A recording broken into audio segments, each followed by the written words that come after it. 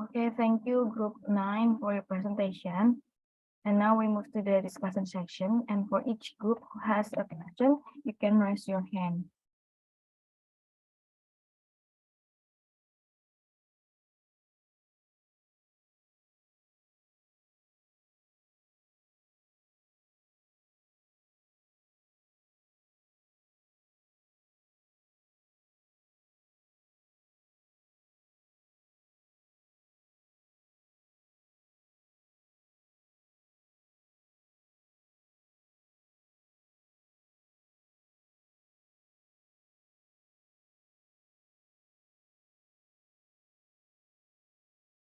Ya, for Dewi, you may.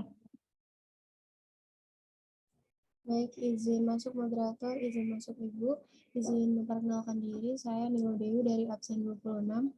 Izin bertanya kepada kelompok 9 ya. Tadi dijelaskan ada beberapa kelainan genetik seperti diabetes, thalassemia, buta warna, Down syndrome, dan lain-lain. Nah, izin bertanya, apakah ada cara untuk mencegah kelainan genetik tersebut? Terima kasih. Okay, thank you, Dewi, for your question. Bagaimana kelompok 9? Apakah pertanyaan Dewi bisa dimengerti?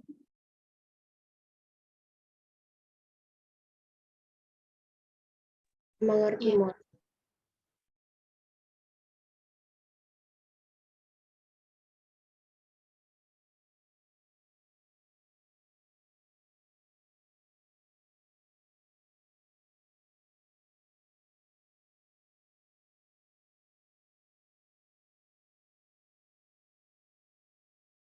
Iya, mungkin untuk kelompok 9 kalau sudah bisa menjawab untuk pertanyaan Dewi, bisa langsung dijawab saja.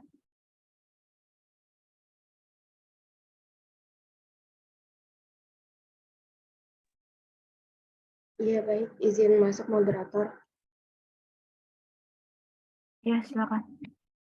Ya, jadi tadi inti pertanyaan Dewi itu kelainan genetik ini bisa dicegah atau tidak ya? Izin menjawab. Jadi untuk penyakit kelainan genetik itu sendiri tidak bisa dicegah ya, karena ini kan berkaitan dengan gen, yaitu penyakitnya keturunan gitu. Tapi kita bisa meminimalisir resiko kita terkena penyakit kelainan genetik itu dengan cara pola hidup sehat. Contohnya itu kayak olahraga teratur, mengonsumsi makanan bernutrisi, hindari rokok dan paparan bahan kimia. Terus ada kelola stres dengan mengurangi beban kerja berlebihan dan istirahat yang cukup setiap hari. Lalu ada cek kesehatan secara berkala, dan terakhir ada hindari konsumsi. Mungkin cukup seperti itu jawabannya. Nilu Dewi, apakah terjawab? Sudah, terima kasih Naswa. Baik, terima kasih kelompok 9 atas jawabannya. Mungkin bisa lanjut Anggun yang mau bertanya. Izin masuk sebelumnya semuanya. Selamat pagi Bu, Assalamualaikum warahmatullahi wabarakatuh. Izin bertanya pertanyaan Audrey karena beliau sedang ada kendala. Pertanyaannya soal kelainan multifaktorial itu kan disebabkan oleh kombinasi faktor lingkungan dan mutasi pada banyak gen. Contoh yang paling sering ada di lingkungan kan diabetes sama darah tinggi. Nah, semisal faktor lingkungan itu gak men-trigger timbulnya penyakit tersebut, apakah penyakit itu akan tetap muncul jika di garis keturunan orang tersebut memang ada riwayat penyakit itu sendiri? Terima kasih.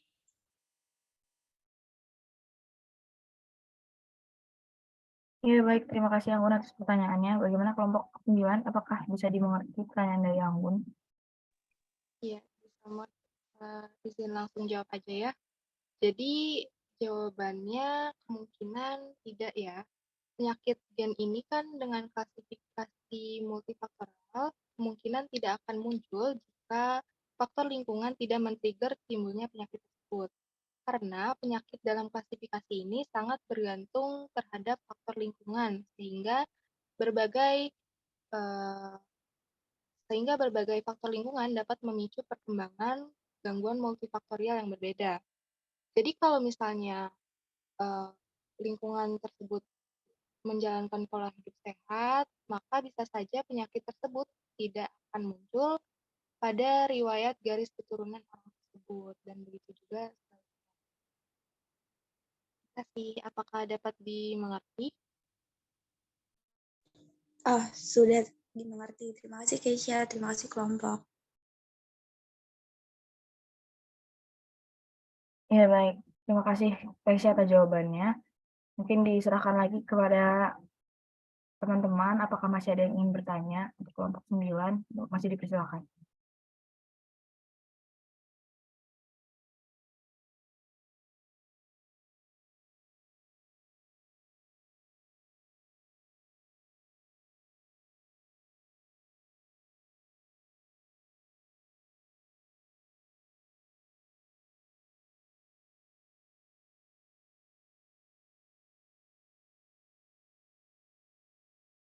Ya, mungkin sudah tidak ada pertanyaan, maka diskusi kali ini akan saya tutup dan saya sebagai moderator izin pamit undur diri dan minta maaf jika ada kesalahan kata. Akan saya kembalikan lagi ke Dr. Mila. Mungkin saya tutup. Assalamualaikum warahmatullahi wabarakatuh. Waalaikumsalam. Ya, terima kasih presentasinya tadi. Menurut saya bagus ya, pertanyaannya ya, beberapa jawabannya mungkin belum detail, tapi menurut saya tadi presentasinya udah cukup bagus, baik PowerPoint maupun penyampaiannya. Saya yang tadi terganggu kendala sinyal ya. Nah, ini saya tambahkanlah beberapa materi yang kurang lebih berhubungan sama dengan presentasi kalian tadi. Coba saya share screen dulu. Udah kelihatan belum? Sudah, Udah, nggak saya slideshow ya. Kalau di slideshow suka hang laptopnya. Ya, jadi ini interaksi genetik. Sebenarnya interaksi genetik itu kalau kita bahas pada manusia itu nggak terlalu banyak ya, lebih banyak pada tumbuhan dan hewan. Tapi interaksi genetik ini adalah pengantar menceritakan kenapa sih ada penyakit-penyakit kelainan genetik, penyakit mutasi genetik, dan penyakit-penyakit kelainan lainnya ya, penyakit bawaan lainnya ya. Jadi kita supaya tahu ini dasarnya, basicnya kita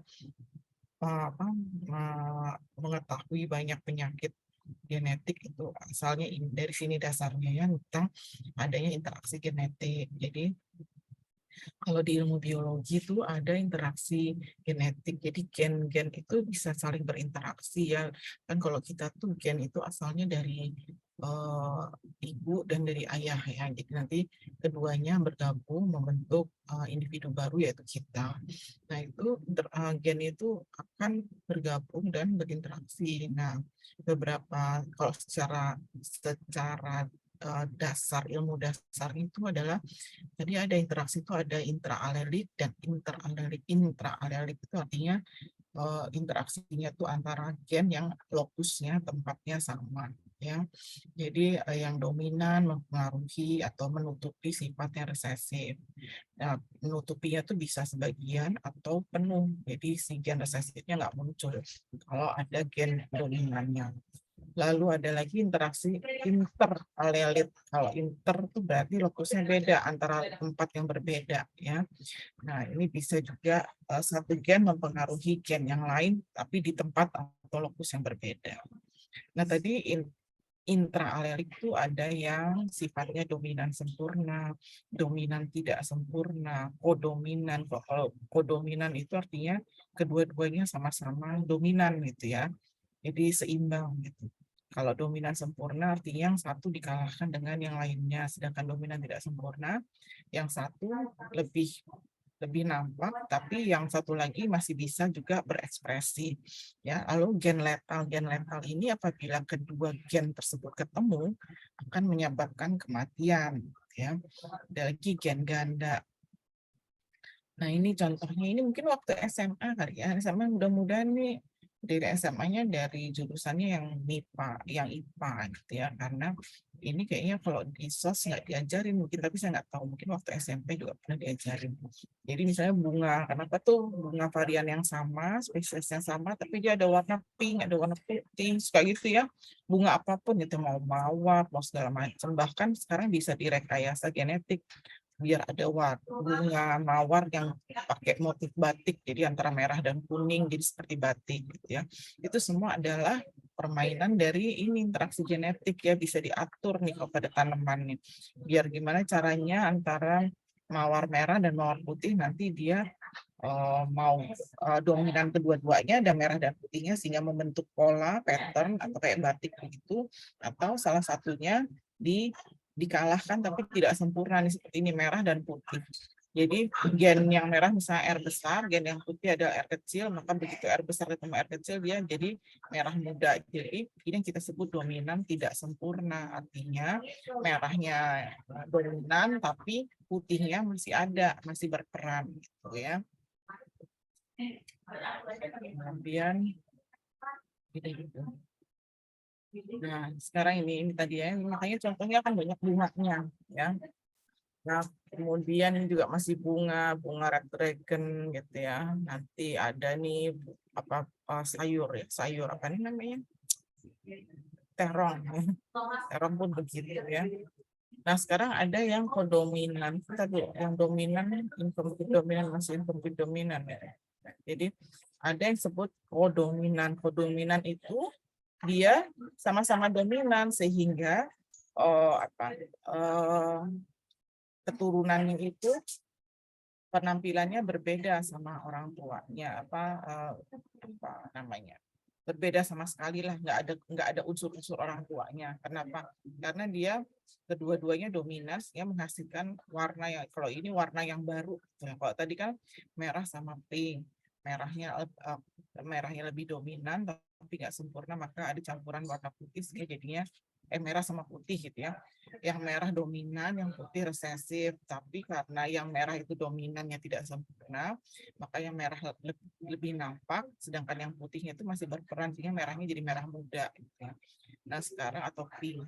Lalu kemudian ada kodominan. Kodominan itu dua-duanya, dua gen itu dia dominan sama kuatnya, sehingga akan menghasilkan individu yang berbeda dengan induknya. Jadi ini contohnya itu pada binatang kuda ya, kuda yang rambutnya merah, ini pakai ya.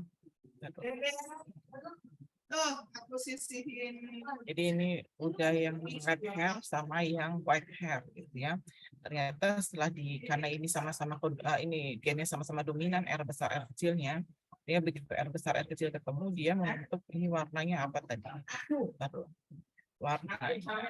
Warnanya adalah ini bukan brown ya, raincoat. Jadi percampuran kedua warnanya tapi sama banyaknya, istilahnya warna yang merah sama yang putih ini sama banyaknya, jadi membentuk warna baru ya. Kalau yang tadi kan kalau dominan tidak sempurna lebih banyak merahnya daripada putihnya ya, putihnya nggak begitu kelihatan tuh ya. Lalu ada yang disebut alel ganda. Alel ganda ini contohnya nih pada manusia bisa, yaitu golongan darah ya. Ini pasti yang golongan darah ini, kenapa orang tua saya golongan darah A, ibu saya A, ayah saya B, kenapa saya O? Saya bukan anaknya dong, saya kan anak saya itu kan ya. Nah ini kita pelajari di sini. Jadi ada alel ganda. Alel ganda ini artinya untuk setiap gen itu dia punya dua alel. Nah, contohnya golongan darah, kita kasih contoh lagi. Ya, jadi golongan darah kita tuh ada golongan darah A, golongan darah B, dan golongan darah 0 sebenarnya, bukan O, tapi lebih mudah disebut O. Ya. Nah, jadi kalau golongan darah A itu alelnya kan ganda, jadi dia bisa IA, IO. Misalnya ini yang bawah ya. Kalau golongan darah A itu bisa alel gandanya tuh A dan A atau A dan 0.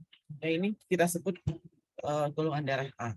Kalau golongan darah B, karena alel ganda sama yang alel ganda, jadi bisa B dan B atau B dan 0 atau B dan O itu keluarnya golongan darah B. Jadi golongan darah B, golongan darah A dan golongan darah B ini alelnya bisa AA atau A0 atau BB atau B0 gitu ya. Kita nggak tahu yang mana ini ya. Lalu kalau golongan darah AB sudah pasti alel gandanya A dan B, sedangkan golongan darah 0 atau O itu alel gandanya 0 dan 0 atau O dan O gitu ya. Nah, jadi misalnya nih, ntar dulu.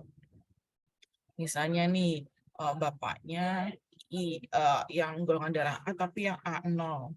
Ibunya golongan darahnya B, golongan darah B tapi dia B0. Nah, anaknya ada kemungkinan nanti yang ketemu A dan B atau A dan 0, B dan 0 atau 0 dan 0 atau O. Jadi jangan kaget kalau golongan darah ayah A, golongan darah ibu B, terus anaknya golongan darahnya O. Ya, karena bisa jadi alel yang ini, ya alel yang tipe golongan darah A yang ini ketemu sama golongan darah B yang tipe yang ini, ya. Nah ini bagaimana kita menentukan dia golongan darah A atau B. Ini biasanya kita tes, udah pernah periksa golongan darah ya. Kalau golongan darah A, kalau dikasih antibodi B, dia akan menggumpal. Ya, kalau ada unsur B-nya dia akan menggumpal. Kalau golongan darah B yang A-nya pasti menggumpal baik yang A atau ya, dan kalau yang 0 dia akan menggumpal semua, sedangkan yang AB dia tidak menggumpal. Makanya dulu tuh dibilang bahwa kalau O itu bisa mendonor semua orang, AB bisa menerima donor dari semua golongan, tapi itu sudah nggak berlaku sekarang ya. Golongan darah A yang harus dapat donor golongan darah A, golongan darah B harus dapat donor golongan darah B. Itu pun sekarang kita didobel lagi pemeriksaannya dengan cross match. Misalnya golongan darah A, misalnya ada satu pasien membutuhkan golongan transfusi golongan darah A. Lalu nanti dicarikan nih golongan darah A, tapi nanti di cross match dulu apakah golongan darah A-nya si donor sama si resipien penerima itu ada reaksi apa enggak. Kalau ada reaksi aglutinasi atau penggumpalan biasanya enggak kita pakai gitu ya. Jadi dicari yang benar-benar cocok gitu, walaupun sama-sama golongan darah A gitu ya. Kalau dulu zaman saya belajar dulu, kalau golongan darah AB ini boleh menerima donor dari A, B atau O. Kalau golongan darah O ini boleh mendonor pada golongan darah A, B, dan AB. Sekarang nggak boleh ya. Sekarang hanya dengan golongan darah yang sama. Itu pun di cross match lagi. Walaupun sama, cocok apa enggak. Nah, sekarang tadi ada gen letal. Letal itu mati ya. Jadi, apabila kedua gen ini bertemu, maka individu yang dihasilkan pasti akan mati. Mau itu tanaman, mau itu binatang. Ini biasanya pada tanaman atau binatang nih ya, seringnya. Jadi kita sebut gen letal ya. Ini misalnya pada jagung gitu ya. Nanti jagung ini yang defisiensi ini yang gen Y kecil dan Y kecil ini dia kalau ketemu kita sebut gen letal. Sedangkan ini dia nggak letal, yang Y besar dan Y besar atau Y besar dan Y kecil karena masih dibantu adanya gen yang Y besar. Jadi Y kecil kalau ketemu sama Y kecil itu letal, itu disebut gen letal. Ini nggak cuma pada tumbuhan ya, pada binatang juga ada. Mungkin seperti di kucing ya, kalau kalian pelihara kucing tuh juga ada tuh ya gen letal. Jadi nanti begitu lahir mati gitu ya, kucingnya mati atau punya kelainan genetik dan dia nanti mungkin hidup cuma beberapa hari terus mati gitu ya. Ini paling sering pada binatang dan tanaman. Itu dengan maksud bahwa yang resesif itu tadi yang dari contohnya Y kecil dengan Y kecil ketemu ini dia nggak punya kalau yang ini Y besar dan Y besar daripada binatang ya, dia itu nggak punya sistem pertahanan tubuh sehingga dia akan mati ya.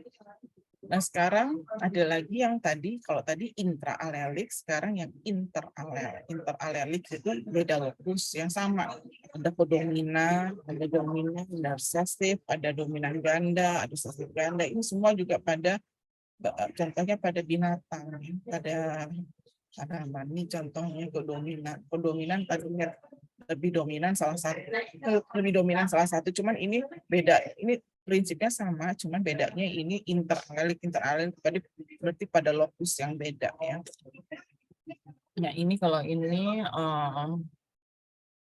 yang tadi kan ini pada binatang juga ya, ini ya yang dibahas nih biasanya jengger ayamnya, jenggernya ya. Ada yang berjengger, ada yang enggak gitu. Nah, itu semua interaksi genetik. Aduh. Nah, ini pada binatang pada tanaman juga ini apa namanya? Kalau suka masak paprika ya, paprika, peppers. Ya peppers gitu. Ya. Kenapa kita suka lihat tuh ada peppers hijau, kuning, ini semua adalah interaksi genetik ya, dibikin merah, dibikin hijau, dibikin ungu, dibikin kuning gitu ya semua nih. Jadi kayak jadi paling sering dilakukan rekayasa genetik itu biasanya tanaman dan makanan. Yang gimana caranya ini berasnya atau buahnya nggak ada bijinya ya. Buah-buahan yang harusnya ada bijinya nggak ada bijinya itu udah rekayasa genetik ya, dibikin buahnya merah, jadi diambil tuh gen yang bikin buahnya warna merah misalnya semangka ya, diambil lagi gen yang membuat buah tersebut rasanya manis, diambil lagi gen yang membuat si semangka ini ukurannya besar, lalu ya gen yang membuat biji dibuang sehingga nanti terbentuklah tanaman atau buah yang biji. Jadi itu makanan-makanan seperti itu udah rekayasa genetik.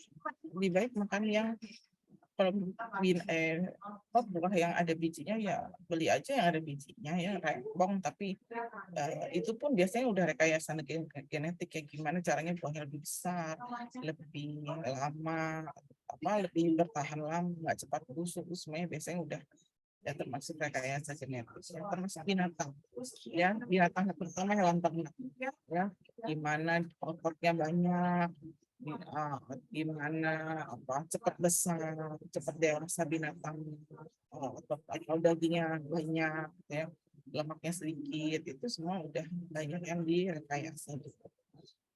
Ya ini sama, ini kita skip aja ya karena ini rata-rata binatang, dan nanti kita lebih banyak bicarakan tentang yang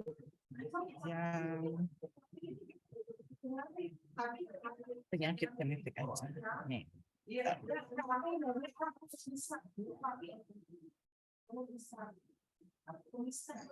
Jadi sekarang berkaitan sama interaksi genetik tadi, bisa terjadi nih ya perubahan, kelainan pada waktu terjadi interaksi genetik sehingga menyebabkan penyakit. Penyakit ini berarti diturunkan ya. Nah, kok bisa sih orang mengetahui bahwa ada gen di dalam inti sel kita ya?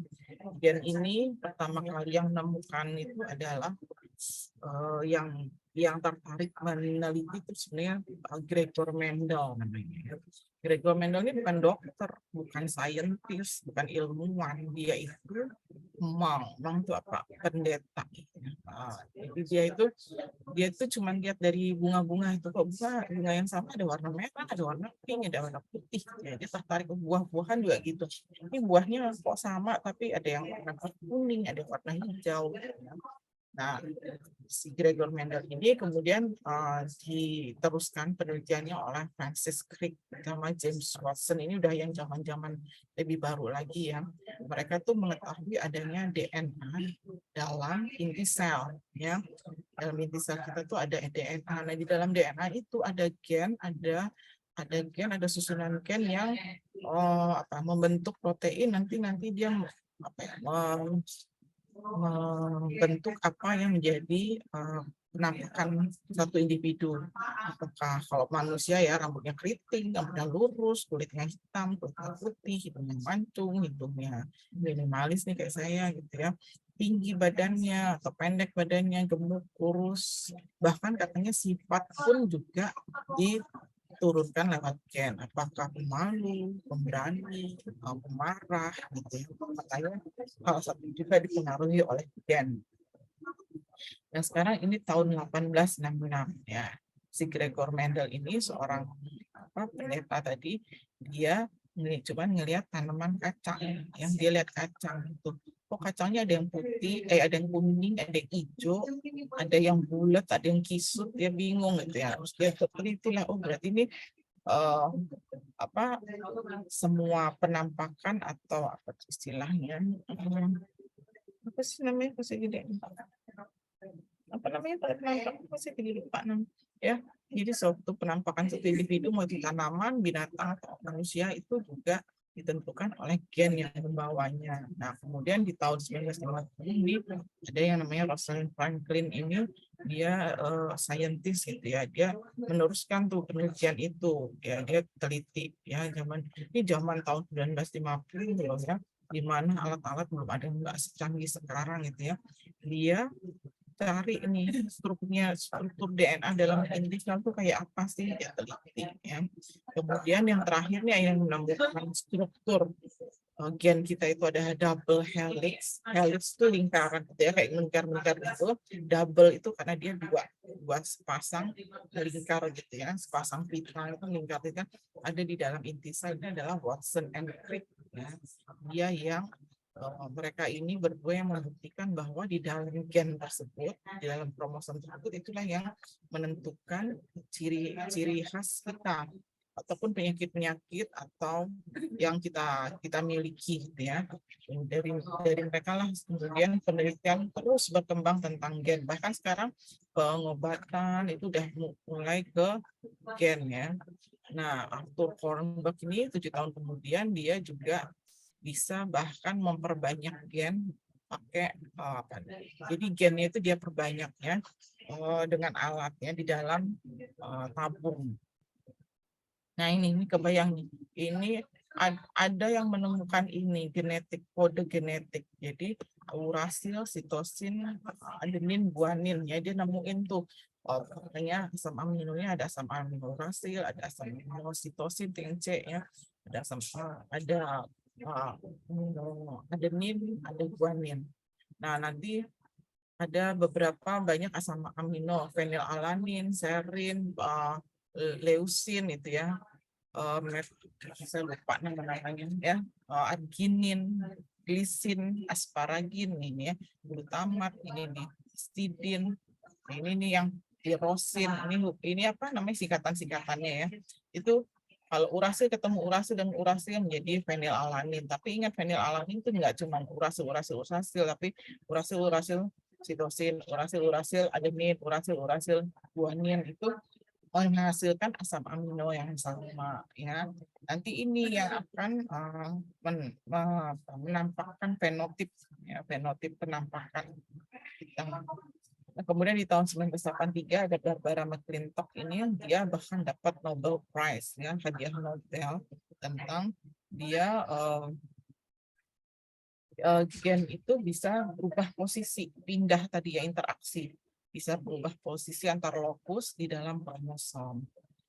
Nah, kemudian di tahun 80-an akhir, nyaris 90-an ini mulai ada beberapa saintis, dia mulai mapping itu apa? Memetakan urutan-urutan atau tempat-tempat gen kita ini di mana aja. Jadi nanti dia bisa tahu, oh kalau orang yang sakit kanker payudara, dia cari tuh gen namanya BRCA1 atau BRCA2 ada apa enggak ya. Biasanya ternyata ada, sehingga sekarang untuk memprediksi kamu nih besok-besok bakal sakit kanker payudara enggak gitu ya, itu dia lihat tuh nanti di kariotip ya, dilihat gennya, oh si A punya nih gen BRCA2, tapi bukan berarti dia sakit kanker payudara ya, bukan, tapi dia punya potensi untuk sakit kanker payudara ya. Nah itu berarti bisa menjadi warning sama orang ini, berarti kamu harus gaya hidupnya sehat. Tadi ada yang nanya tuh apa sih yang menyebabkan yang kelainan genetiknya, gaya hidup sehat, lingkungannya sehat, ya makanan, cara hidupnya dia juga lebih baik, sehingga penyakit tersebut belum tentu ada gitu ya, belum tentu muncul gitu ya, tapi dia punya potensi untuk menderita penyakit tersebut. Nah itu, ini kemudian ada gen terapi. Gen terapi ini beberapa penyakit yang penyebabnya adalah kelainan gen, maka yang bisa, tapi nggak sebelum semua penyakit ya. Gen teratur karena gen ini bukan kita yang bikin, gen ini yang bikin adalah tubuh kita sendiri ya, bawaan dari orang tua kita. Nah, kemudian dia ada juga ini saintis lainnya mendapatkan Nobel Prize juga, dia menemukan alat ini PCR, polymerase chain reaction. Polymerase chain reaction itu adalah alat untuk memperbanyak gen. Ini yang kita pakai kemarin ya untuk periksa COVID kan ya, tuh misalnya di swab, diambil, itu nanti nah kita mendeteksi gennya si virus ya, gennya virus. Jadi kita mau tahu virus itu ada apa enggak di kita, maka di swab ya, diambil tuh, di swab mukosa hidung ya, nanti dilihat. Tapi karena virus itu kecil, sangat-sangat kecil, susah mendeteksi keberadaannya, maka diperbanyak istilahnya DNA si virus ini kita perbanyak. Kalau diperbanyak 1000 kali terus muncul ada, oh berarti ada gitu ya. Itu. Nah, jadi ini PCR yang sekarang kita pakai selama masa pandemi itu ditemukan di tahun 1993 oleh Dr. Karim Melis ini. Ya. Nah, kemudian mulailah berkembang nih pemeriksaan DNA ya. Ini O.J. Simpson ini siapa? O.J. Simpson itu zaman dulu kalian belum lahir, saya udah kuliah. Jadi si O.J. Simpson ini adalah atlet baseball Amerika yang terkenal. Mungkin kok zaman sekarang siapa ya atlet Amerika yang terkenal yang pokoknya tajir melintir lah. Nah, ini dulu O.J. Simpson ini istrinya mati dibunuh. Nah, O.J. Simpson saat itu tidak ada di tempat. Jadi tapi dia pokoknya dicurigai lah. Dia curigai adalah orang yang membunuh istrinya. Ya. Nah, dulu belum dipakai kan namanya pemeriksaan DNA itu hanya untuk kesehatan ya, untuk yang berkaitan sama penyakit. Nah, pada kasus ini akhirnya kamu suka nonton film CSI enggak? Kalau suka nonton ya film-film ini mirip seperti itu. Jadi si jenazah istrinya ini diperiksa tuh badannya. Ternyata di badannya istrinya ini entah di mananya itu ya ada DNA-nya si O.J. Simpson, artinya ada kontak pada waktu si korban ini meninggal setelah mati itu dia ada kontak, walaupun O.J. Simpson ini mengklaim dirinya tidak berada di situ, gitu ya, ada di luar kota, dibuktikan dengan A, B, C, D, gitu ya. Tapi dengan kecanggihan waktu itu, ya saat itu, teknologi saat itu yang sudah maju, sehingga bisa dibuktikan bahwa ada bagian tubuh dari O.J. Simpson ini mungkin dari air mata, air liur, air mani, ya, kalau korban perkosaan tuh, atau darah, gitu, misalnya dia terluka, ada ditemukan di tubuh korban ya, bahwa ketemu nih bahwa dia ada kontak, berarti dia berbohong, ada kemudian dia yang membunuh gitu. Nah, kemudian di tahun 1997 tuh ada namanya domba yang kita diberi nama Dolly. Dolly ini domba yang dibuat melalui rekayasa genetik. Jadi bukan antara domba jantan, domba betina terus kawin punya anak, enggak. Dia dibikin dengan rekayasa genetik. Jadi gen-gen ini ditemukan, terbentuklah domba yang namanya Dolly. Tapi Dolly ini juga, jadi kita sebut cloning. Jadi ini domba yang aslinya diambil gennya dia untuk membentuk domba yang baru. Ini kita sebut cloning. Cloning itu kayak kembaran, ya. Nah, cloning ini tapi cuman hidup sebentar ya, namanya ciptaan manusia itu cuman hidup sebentar dan nggak sempurna ya, bisa bertahan hidup sebentar.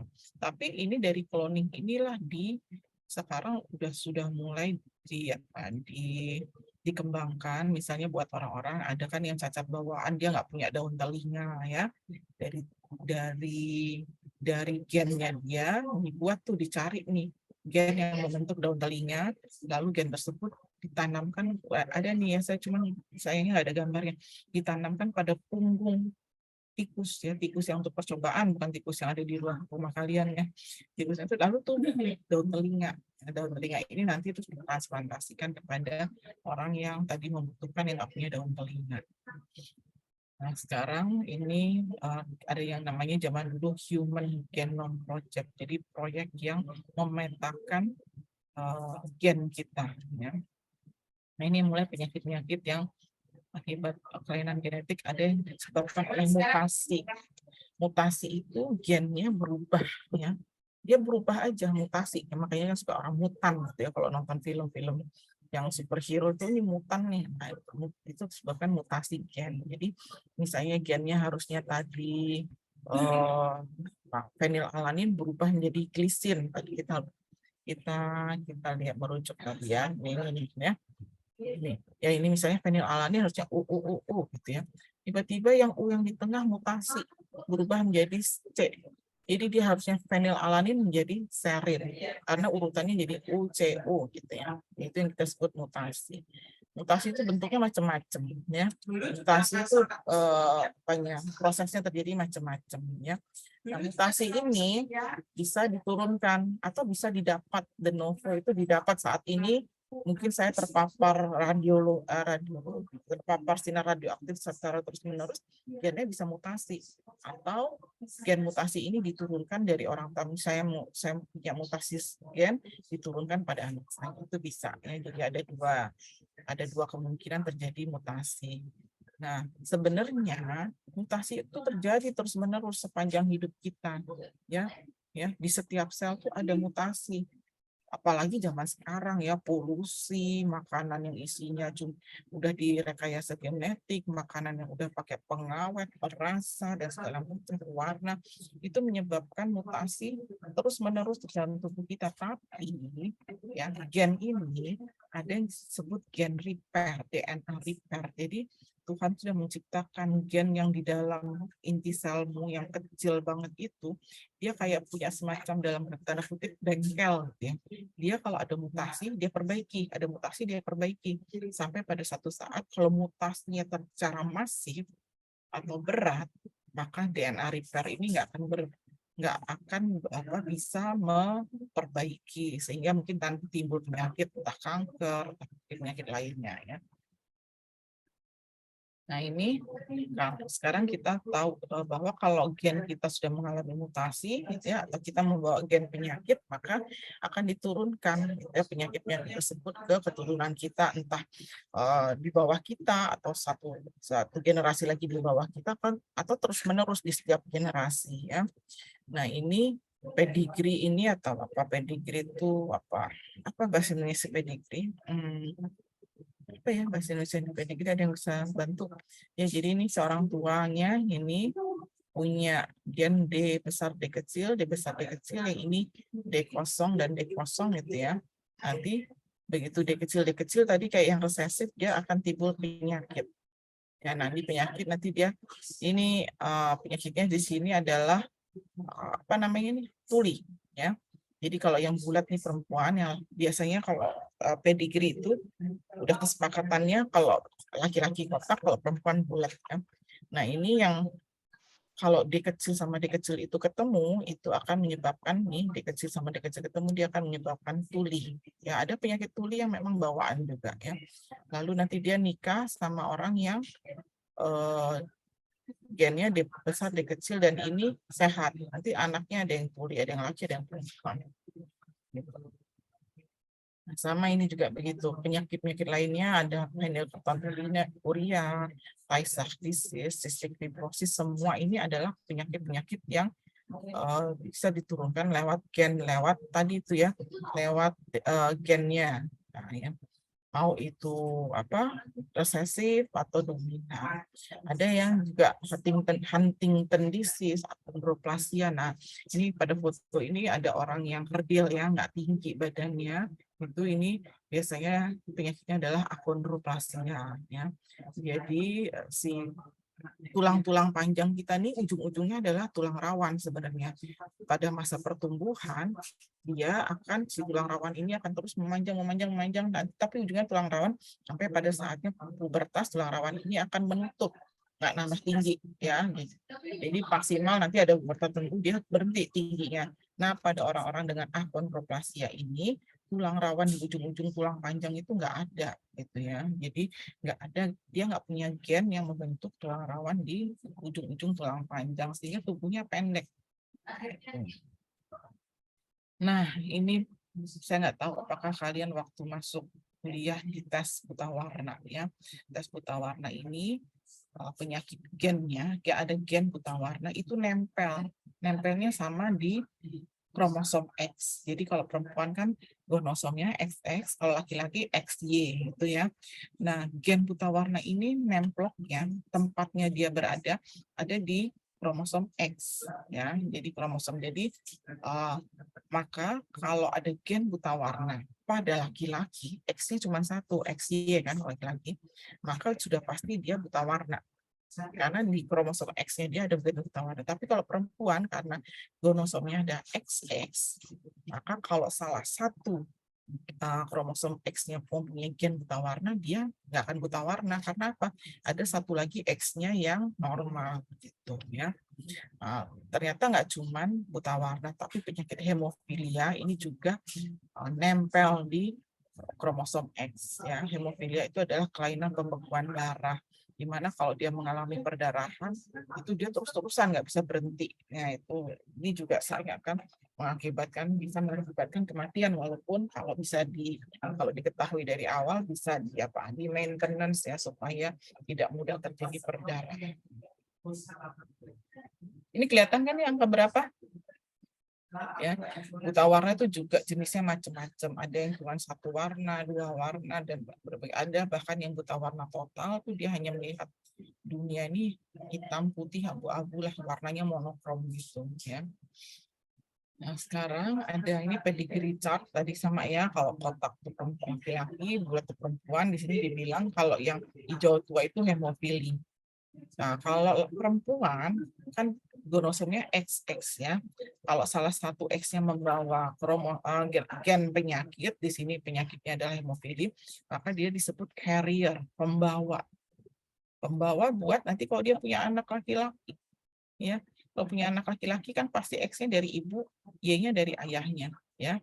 Jadi maka anaknya nanti kalau punya anak laki-laki bukan pasti sih, punya kemungkinan kalau ketemu sama X yang punya penyakit ini, punya penyakit hemofili, menderita penyakit hemofilia. Tapi kalau X-nya yang sehat ya enggak, anak laki-laki yang sehatnya.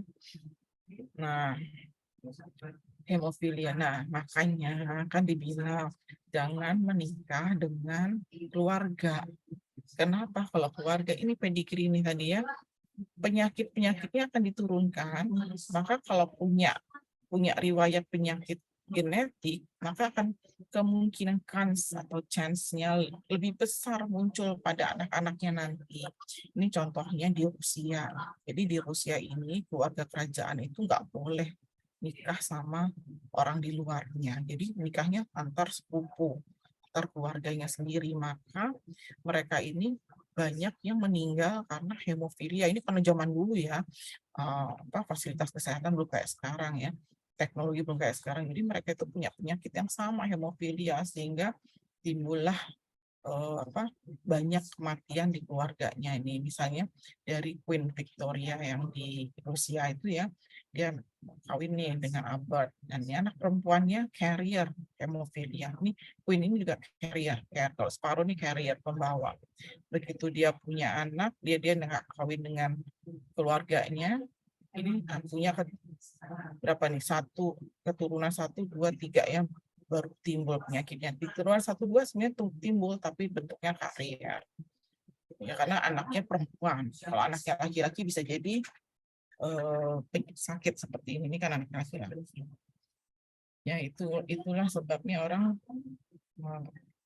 bilang jangan, kalau menikahnya sesama keluarga, biasanya ceklah dulu gennya, penyakit genetik yang mungkin diturunkan, seperti nggak cuma hemofilia, misalnya thalassemia dan lain-lain ya. Kalau dirunut ada penelitian ya, orang-orang yang punya anak thalassemia itu kalau dirunut secara statistik ya, ini secara statistik tuh banyak yang memang menikah dengan keluarga. Ya, keluarga itu bukan adik kakak ya, tapi sepupu, beda nenek, tapi masih keluarga. Nah, sekarang tadi ini Mendel tadi udah ada kodominan, ada yang sex link gens, ini artinya gennya tadi terkait dengan gen X atau Y, seks kromosom itu kan XY atau XX ya. Nah, sekarang atau pengaruh dari ini nih environmental effect ya, berasal dari lingkungan. Makanya ya tadi udah dibilang apa sih yang menyebabkan penyakit ini, gimana cara mencegahnya gitu ya. Apalagi misalnya kita punya riwayat orang tua punya penyakit kanker, punya riwayat orang tua punya penyakit hipertensi, punya riwayat orang tua menderita penyakit diabetes, punya riwayat orang tua menderita penyakit A, penyakit B gitu ya. Maka kita sebagai anaknya punya punya kesempatan untuk menderita penyakit yang sama gitu ya. Tapi apakah pasti sakit? Tentu ya. Salah satunya yang bisa kita kendalikan adalah lingkungan ya. Kalau gen kita nggak bisa ubah ya. Nggak mungkin kita mengubah gen kita, kromosom kita, tapi yang bisa kita ubah adalah lingkungan. Lingkungan ini adalah kita termasuk gaya hidup kita, olahraga, istirahat, jenis makanan yang kita makan, ya, lalu lingkungan tempat kita tinggal. Kemudian, nah, kalau pada manusia kok bisa sih terjadi kelainan genetik? Bisa karena mutasi, bisa juga karena ini. Jadi sel-sel ini kan selalu selalu membelah ya. Kalau membelah itu pasti isinya harusnya sama, sebanding ya, pembelah anak-anak selnya ini akan sama. Ternyata ini ada yang kita sebut non-disjunction. Non-disjunction itu pada waktu harusnya berpisah kanan dan kiri, dia nggak bisa berpisah, jadi masih nempel. Sehingga lihat nih, yang ini yang sebelah kiri pada meiosis 2 selnya utuh, tapi yang sebelah kanan selnya kurang ya. Begitu menghasilkan anaknya lagi ya, membelah lagi, sel yang kanan dan kiri nggak sama ya, itu kita sebut. Nah, ini akan menyebabkan penyakit juga, bukan karena kalau gennya, wah kalau gennya banyak lebih bagus, dong, nggak juga. Gen yang berlebihan itu akan juga menyebabkan penyakit ya. Nah, ini juga non-disjunction tapi di tahap meiosis 2 ya. Demikian seterusnya. Nih, yang paling sering banyak nih saat ini adalah Down syndrome ya. Down syndrome itu penyakitnya adalah dia trisomi 21. Apa itu trisomi 21 nih? Jadi ini kromosom kita nih begini ya. Ini kebetulan perempuan nih, X dan X. Kalau laki-laki nanti X dan Y yang di bawah, di pojok kanan bawah. Nah, pada Down syndrome kromosom nomor 21-nya tuh harusnya semua kromosom itu harusnya cuma sepasang-sepasang. Dia triplet, bertigaan. Nah, karena bertigaan, yang kelebihan satu ini akan mengganggu fungsi yang lain, sehingga timbullah penyakit yang kita sebut Down syndrome ya. Down syndrome ini dia ciri khasnya biasanya sama nih. Wajahnya seperti ini, mau dia orang Afrika, orang Amerika, orang Indonesia, orang Malaysia, sama. Penampakannya adalah mirip ini ya. Jadi biasanya nih letak telinganya lebih rendah ya, jarak antara kedua mata lebih jauh ya, lalu apalagi lidahnya lebih panjang. Jadi kalau dia ngomong suka agak cadel, lehernya lebih pendek, perawakannya pendek ya, otot-ototnya lebih lemah dan lain sebagainya. Badannya agak gemuk sedikit, walaupun dia nggak banyak makan dia, tapi secara genetik bentuk tubuhnya ya akan seperti itu. Nah, ini ya contoh penampakan fenotip dari orang-orang dengan trisomi kromosom 21 ya. Ini matanya itu jadi agak yang bagian luar itu agak naik ya, terus jarak antar keduanya lebih jauh ya. Lalu si telinga ini agak melipat bagian atas daun telinganya.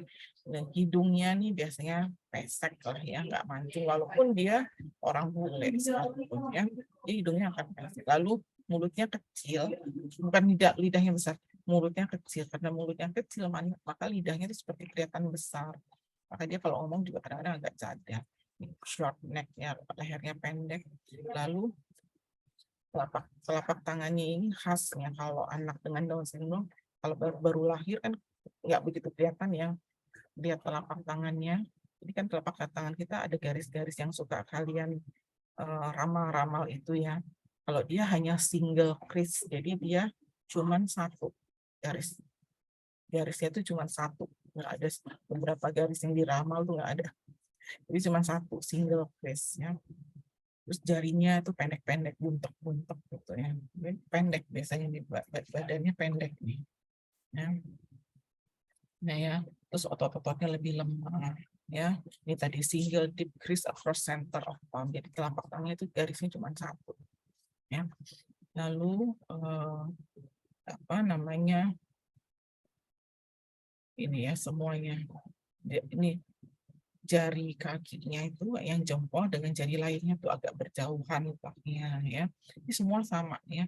Mau dia orang mana ras apapun, kalau dia trisomi 2 kromosom 21 atau Down syndrome, secara fisik akan seperti ini ya. Ada mental retardasi, tapi mental retardasinya bergradasi. Ada yang ringan sekali sampai yang berat. Jadi lain-lain. Ada lagi penyakit, kalau tadi kromosomnya berlebih di kromosom 21. Ada lagi penyakit yang kita sebut Klinefelter syndrome. Kalau Klinefelter syndrome itu dia kromosom ininya yang berlebih, kromosom gonosomnya. Jadi kita balik lagi ke sini. Nah, ini kalau Down syndrome ini kromosom nomor 21 yang berlebih. Kalau Klinefelter ini kromosom gonosom yang di pojok kanan bawah, dia harusnya cuma 2, cuma sepasang XX atau XY. Tapi pada Klinefelter ini dia kelebihan ya, kelebihan X. Jadi XY gitu ya. Jadi kelebihan X. Itu kelebihan X dia harusnya itu XY, tapi dia jadinya XXY. Terus gimana kalau sakitnya gitu? Ya, XXY ini sebenarnya laki-laki. Selama ada kromosom Y pasti laki-laki. Ya mau bentuknya perempuan, tapi kalau ada Y-nya kita sebut laki-laki ya. Secara biologi kita sebut laki-laki. Maka karena ada kelebihan X-nya, maka penampakannya mirip-mirip perempuan. Ya, ini bukan transgender ya. Ini karena kelainan kromosom ya. Jadi dia nih kita lihat. Nah ini lihat ya, pojok kanan bawah dia XXY. Yang lainnya udah benar sepasang, tapi begitu kromosom dia harusnya sepasang XY atau XX, dia XXY. Nah ini penampakannya, dia laki-laki tapi ada payudaranya. Tapi ini varian ya, ABC ini varian. Jadi ada yang nampak seperti laki-laki sekali dengan organ genitalia yang sempurna. Ini ada penisnya, ada yang penisnya nggak terbentuk sempurna. Ya, ini antara laki dan perempuan. Jadi dia ada payudaranya, tapi kecil. Mau dibilang perempuan, ada payudaranya. Kalau mau dibilang laki-laki, tapi ada payudaranya. Mau dibilang perempuan, tapi payudaranya kecil. Nah, lalu nih ada pinggangnya. Lihat ya, kalau laki-laki kan pinggangnya lurus ya. Dia ada pinggangnya, ada lekuk pinggangnya. Ya, tapi ininya apa? Dadanya bidang. Nah, kalau perempuan dadanya nggak bidang. Lalu nanti ini alat kelaminnya dia bervariasi. Ya dari yang sempurna, penis biasa, atau yang nggak kelihatan penis, jadi kayak perempuan. Nah, kalau yang begini nih sering disangka perempuan nih, yang waktu lahir sama orang tuanya disangka perempuan, lalu dibesarkan sebagai perempuan. Mungkin kayak itu tuh siapa tuh yang atlet yang tentara itu ya, yang seumur hidup dia perempuan, akhirnya kemarin diresmikan dia jadi laki-laki. Nah, sepertinya dia Klinefelter. Klinefelter itu laki-laki, jadi bukan perempuan. Ya, tapi mungkin yang ini, yang varian A ini lebih dominan X-nya, sehingga penampakannya jauh lebih kelihatan perempuan. Sedangkan yang kanan ini lebih dominan, X-nya nggak terlalu dominan, kelebihan X-nya nggak terlalu dominan, jadi dia akan nampak seperti laki-laki, tapi tetap ada ciri-ciri perempuan. Nah, kemudian ini ya, apa nih? Ini kalau siapa nih? Manangan siapa? Saya lupa.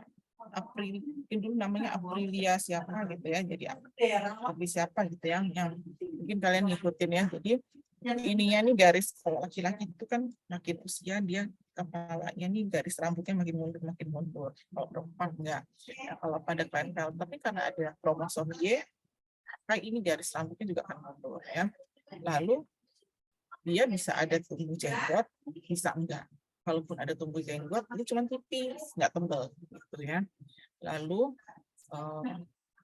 shoulder-nya ini mau dibilang lebar seperti perempuan laki, enggak, seperti perempuan enggak. Jadi tengah-tengah gitu ya. Breast development ini adalah pertumbuhan payudara, dan ada payudara tapi kecil gitu ya. Nggak bisa dibilang payudara juga, tapi kalau dibilang bukan payudara tapi dia menonjol gitu ya, ada kelenjarnya. Lalu pubic hair-nya, rambut kemaluannya itu polanya seperti perempuan ya. Lalu testisnya kecil, penisnya kecil gitu ya, atau bahkan tidak tampak, saking kecilnya nggak tampak, jadi seperti vagina ya. Lalu wide hips, jadi pinggangnya melebar ya. Tadi kan ya lihat contoh yang ini ya, selalu pinggang bukan apa panggulnya melebar, pinggangnya kecil nih ya. Kalau laki-laki kan lurus nih bagian pinggang, dia ada lekukan di pinggangnya. Nah, kalau mau dibilang perempuan, biasanya ini orang Klinefelter ini tinggi, tulang-tulangnya tinggi, tulang-tulangnya panjang, jadi dia tinggi, jari-jarinya panjang, gitu ya. Untuk ukuran perempuan dia tinggi, gitu ya.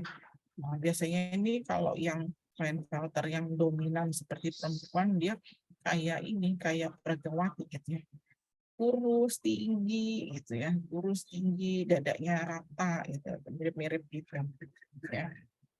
Terus pinggulnya nggak terlalu besar, ada pinggulnya tapi dengan mirip-mirip prototipe Peragawati.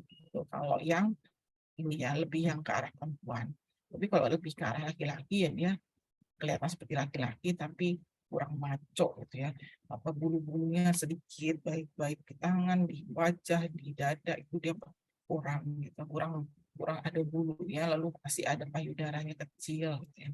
Nah, sekarang ada yang namanya Turner syndrome. Turner syndrome itu apa? Nah, balik lagi nih ke pojok kanan bawah. Harusnya kan sepasang XX atau XY. Nah, kalau pada Turner syndrome ini cuma X, nggak punya pasangan, maka dia timbul juga penyakit. Dia perempuan, tapi kromosom X-nya kurang satu. Makanya kalau kurang satu, biasanya nanti akan mengganggu penampilan fisiknya. Ya, biasanya nih badannya pendek, ya, terus lehernya tuh, atau orang lehernya seperti bersayap, jadi lehernya lebar, ya. Lalu biasanya dia steril atau tidak bisa bereproduksi ya, karena organ reproduksinya nggak sempurna ya, karena hanya punya satu kromosom X ya, tapi dia nggak ada metaretardasi ya.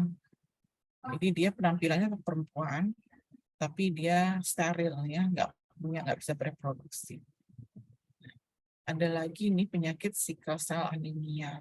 Jadi sickle cell anemia ini juga kelainan genetik. Nih sel darah merah kita harusnya bentuknya bulat ini ya, kayak donat tapi nggak bolong ya. Nah, pada orang-orang dengan sickle cell anemia ini, dia sel darah merahnya bentuknya nggak normal, dia seperti ini bulan sabit. Nah, kalau Indonesianya katanya anemia bulan sabit, crescent shape itu kayak bulan sabit. Nah, kenapa emangnya kalau bulan sabit ini sel darah merahnya cepat pecah, cepat hancur, maka dia akan menderita anemia. Nah, sickle cell ini dulunya cuman ada di orang Afrika yang tinggal di Amerika. Tapi karena nanti terus migrasi sana sini ya, dengan mudahnya alat transportasi dan mulai adanya perkawinan campur ras antar ras, sehingga penyakit sickle cell ini sekarang nggak cuma ada di populasi African American, tapi ada di seluruh dunia ya. Di Indonesia pun banyak. Ada lagi penyakit genetik yang disebut cystic fibrosis. Pada cystic fibrosis ini ada kehilangan basa itu yang tadi ya, urasil, sitosin, guanin, adenin itu pada kromosom 7. Pada kromosom 7 tuh kehilangan 3 basa, sehingga ternyata 3 basa ini adalah yang mengkode untuk paru-paru berfungsi ya. Jadi maka paru-parunya nanti akan penuh dengan cairan karena kekurangan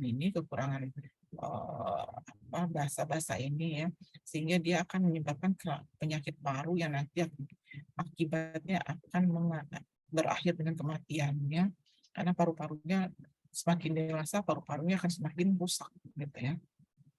Ada lagi Tay-Sachs disease ini dulunya juga cuma ada di orang Yahudi di Eropa Timur, tapi karena kemudahan transportasi jadi orang bisa pergi kemana-mana, lalu kemudian berkawinan campur antar ras, sehingga penyakit Tay-Sachs disease ini ada sekarang di mana-mana. ya. Biasanya ini mengenai sistem saraf, ya, yang bisa akhirnya akan menyebabkan kematian juga. Nah, ini ada lagi penyakit muskular distrofi. Distrofi itu artinya gangguan pertumbuhan muskular tuh otot. Sama, ini juga sama ya, penyakit ini, penyakit-penyakit kayak ISA, cystic fibrosis, molekular distrofi ini baru akan muncul biasanya di usia dewasa. Jadi waktu lahir biasa aja. Anak-anak biasa aja, begitu dewasa dia mulai timbul kelainan ini ya, muskular distrofi. Jadi otot-ototnya nanti mulai tumbuhnya mulai rusak ya, get weaker and weaker. Dia makin lama akan makin lemah ya. Nah, makin lemah berbahaya juga kalau mengenai otot-otot pernapasan. Nah, tadi hemofilia. Hemofilia itu zaman dulu disebut the royal disease, penyakit orang peningrat. Kenapa ya tadi ya, riwayatnya waktu di kerajaan di keluarga kerajaan Rusia pertama kali ditemukan penyakit hemofilia itu karena mereka menikah antar saudaranya sendiri, sehingga timbullah gen yang harusnya resesif menjadi dominan, yang dia resesif. Tapi kalau ketemu sama yang resesif yang sama punya gen hemofilia, maka akan timbul individu yang punya penyakit hemofilia.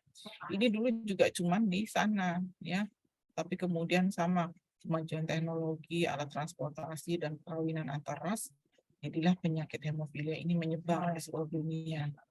Nah, ini pedigree, ingat ya tadi, laki kotak, perempuan bulat, kalau ada warnanya itu penyakitnya. Kalau dia cuma separuh berarti dia karier, bahwa kalau penuh berarti dia menderita penyakit tersebut. Ini ada lagi Huntington disease. Huntington disease juga ini penyakit yang otaknya mengalami degeneratif, tapi ini setelah usia dewasa, bukan dari lahir ya. Jadi otaknya ini mengalami degenerasi sehingga dia nggak bisa mengendalikan gerakan tubuhnya. Maka ada yang penyakitnya kita sebut dance-like movement. Jadi tubuhnya itu bergerak sendiri tanpa dia bisa kendalikan. Jadi seperti orang menari. Nanti lama-lama dia juga akan mengalami kelemahan di seluruh otot-otot tubuhnya. Ya. Huntington ini juga bisa menyebabkan kematian ya, apabila mengenai otot-otot pernafasan. Ini setelah misalnya nih, dia initial occur di usia 30 sampai 50. Jadi waktu lahir sampai 30 tahun sehat-sehat aja, 0 bulan sampai 50 tahun sehat-sehat aja, tapi muncul penyakit tersebut karena kelainan genetik baru muncul di usia 50, nanti paling lama hidupnya ini kurang lebih 12 tahun, sekitar 60-an lah umurnya ya. Kalau munculnya 50, munculnya di 30 mungkin cuma sekitar 40. Ini penyakit yang sangat jarang. Ya, Huntington. Ada lagi penyakit phenylketonuria. Phenylketonuria ini kelainan genetik yang menyebabkan kelainan metabolisme. Jadi dia nggak bisa, di urinnya akan banyak fenilalanin. Dia nggak bisa mengubah zat ini ya, sehingga si fenilalanin ini kan adalah asam amino esensial ya, ada di semua makanan ya, ada di dairy, ada di makanan segala macam itu pasti ada fenilalanin. Kalau kalian mau lihat makanan olahan pun banyak fenilalanin ya, jadi dia karena ini protein ya, makanan yang terutama jenisnya protein, maka dia nggak bisa memecah fenilalanin ini, sehingga fenilalanin ini akan meracuni tubuh gitu ya. Nah, apalagi meracuni otaknya, maka ini bisa diatasi dengan dia diet. Jadi dia benar-benar. Tapi kan manusia itu perlu protein ya. Kalau nggak ada protein juga nggak bisa. Maka dia low protein diet. Ya, jadi dikendalikan penyakitnya, diminimalkan dengan low protein diet. Nah ini kalau dia nggak diet, ini si fenilalanin ini akan merusak sel-sel di otak juga ya. Ini adalah anak-anak dengan fenilalanin itu bisa hidup gitu ya, asal dia makannya dijaga. Ada lagi ALS, amyotrophic lateral sclerosis ya. Ini disebut Lou Gehrig disease. Kenapa Lou Gehrig yang pertama diketahui menderita ALS-nya adalah atlet di Amerika yang namanya Lou Gehrig ini ya. Jadi setelah dewasa bahkan sudah jadi atlet terkenal, dia sehat-sehat aja gitu ya. ternyata gennya itu mengandung penyakit ALS, amyotrophic lateral sclerosis. Jadi saraf-sarafnya ini akan sklerosis pada usia tertentu, sarafnya akan sklerosis sehingga menyebabkan otot-ototnya nanti mengecil dan melemah, ya. Dia strikes between age 40 sampai 70. Jadi bisa timbul di usia dewasa sampai lansia. Baru muncul penyakitnya, tapi gennya udah dia punya dari dia lahir. Gitu ya. Ini karena mutasi. Nah, biasanya nih merasa lemah ya di tangan itu. Jadi kayak orang stroke. Tapi kalau stroke kan cuma sebelah biasanya ya. Ini di kanan dan kiri sama, lama-lama dia susah bicara, susah menelan, susah jalan, dan terus lalu ada lagi. Nah, ini dulu dibikin film Lorenzo's Oil, mungkin kalian bisa cari nih, googling ya, Lorenzo's Oil itu apa. Jadi ada zaman dahulu itu ada sepasang suami istri punya anak yang menderita ALS ini ya. Lalu mereka berobat pada masa itu, pengobatan belum secanggih sekarang ya, mereka cari sendiri ya. Mereka bahkan mencari obat-obatan gimana caranya supaya anaknya bertahan ya. Nah, ternyata setelah mereka cari obat-obatan, bikin obat, the oil came too late ya. Jadi anaknya sudah menderita penyakit yang lebih berat gitu ya, tapi mereka bisa menemukan obatnya gitu ya. Maka obatnya tadi, tapi obatnya ini hanya untuk memperlambat penyakitnya. Maka obatnya tersebut Lorenzo's Oil. Nah, kemudian diabetes itu juga penyakit genetik, terutama diabetes tipe 1. Diabetes tipe 1 itu adalah kromosom kelenjar pankreasnya tidak mampu menghasilkan insulin ya, karena udah kelainan genetik, jadi si pankreasnya nggak berfungsi. Maka ditambah ini dengan insulin dari luar ya, disuntik dengan insulin, diatasinya dengan itu. Jadi nggak semua kelainan genetik tidak bisa diatasi ya, ada yang bisa dikendalikan supaya nggak memburuk lebih cepat, jadi diperlambat. Ada yang bisa digantikan nih, kalau dia tidak menghasilkan insulin ya udah sudah diciptakan nih insulin eksogen yang bisa disuntikin, menggantikan kelenjar pankreas yang nggak bisa menghasilkan insulin. Ya, diabetes nih kalau buta warna itu nggak bisa disembuhin, tapi sekarang sudah ditemukan tuh kacamata polikromatik ya. Jadi kalau dia pakai kacamata dia bisa lihat warna-warna yang sesungguhnya. Ini yang sebelah kiri angka berapa? Kira-kira ada yang bisa jawab? Yang cowok terutama, yang kalau cewek jarang buta warna. Cewek itu biasanya harian. Yang cowok siapa nih? Coba yang A itu angka berapa? Do you have any idea what number on picture A sama picture B sama picture D? Dan apakah di picture C? Ya, nanti ini saya share, coba kalian bisa tanyakan nih sama orang tua di rumah, terutama yang laki-laki ya, karena tadi ingat color blindness ini menempel di kromosom X. Kalau laki-laki cuma punya satu kromosom X, berarti kalau dia punya gen ini dia pasti buta warna. Sedangkan kalau perempuan punya 2 kromosom X, sehingga kalau salah satu kena dia cuma karier doang. Nah, ini apakah ini angka? Ya, ini bisa dipakai. Nah, albino ini juga penyakit kelainan genetik. Jadi gen yang harusnya membentuk pigmen itu nggak ada, sehingga nggak punya pigmen sama sekali. Mau di rambut, mau di mata, mau di kulit, ya bahaya nggak? Bahaya, karena pigmen itu sesungguhnya, pigmen itu ibaratnya sunblock alami. Ya. Jadi kalau kalian kulitnya hitam kayak saya ini, harusnya bangga karena saya punya sunblock alami yang lebih banyak daripada orang yang kulitnya putih. Ya. Orang yang kulitnya putih itu berarti dia pigmennya lebih sedikit, sehingga dia akan mudah rentan terhadap paparan sinar ultraviolet, lebih mudah terbakar. Nah, pada orang-orang dengan albinisme ini tidak punya sama sekali, bukan putih karena pigmennya sedikit, tapi dia nggak punya pigmen sama sekali, sehingga dia akan sangat sensitif terhadap cahaya ya.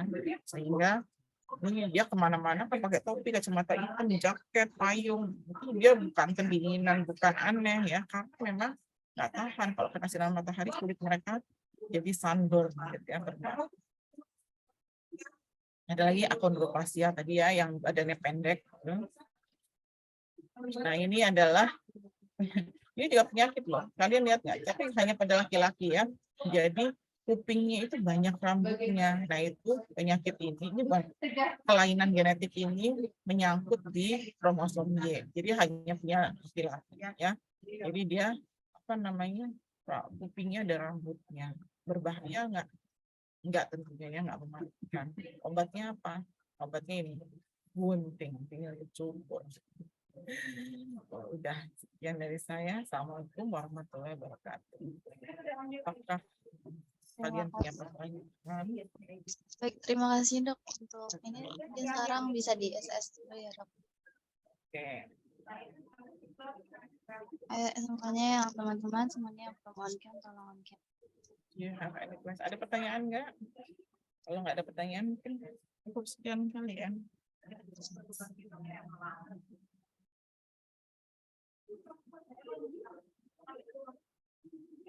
Saya kirim PowerPoint-nya.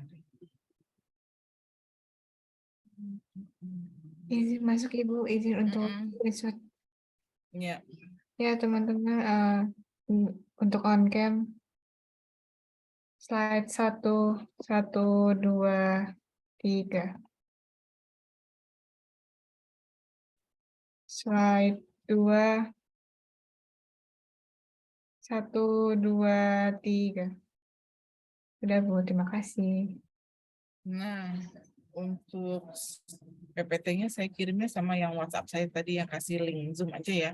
Jadi kalau minta tuh jangan semua satu habis satu minta kan saya nggak selalu pegang laptopnya. Jadi saya kasih yang satu, nanti yang kalau udah saya kasihin tolong amanah dibagi ke teman-temannya gitu ya. Jadi nggak masing-masing minta terus saya pusing sendiri nanti ya. Ya jadi saya kasih ke yang tadi kasih saya siapa namanya tadi? Yang kasih saya link Zoom. Ya, Ihda ya. Ya, nanti Ihda tolong bisa ke teman-teman. Oke, berarti kita cukupkan sampai sekian. Terima kasih. Assalamualaikum warahmatullahi wabarakatuh. Waalaikumsalam warahmatullahi wabarakatuh. Terima kasih. Saya izin ya. Dok.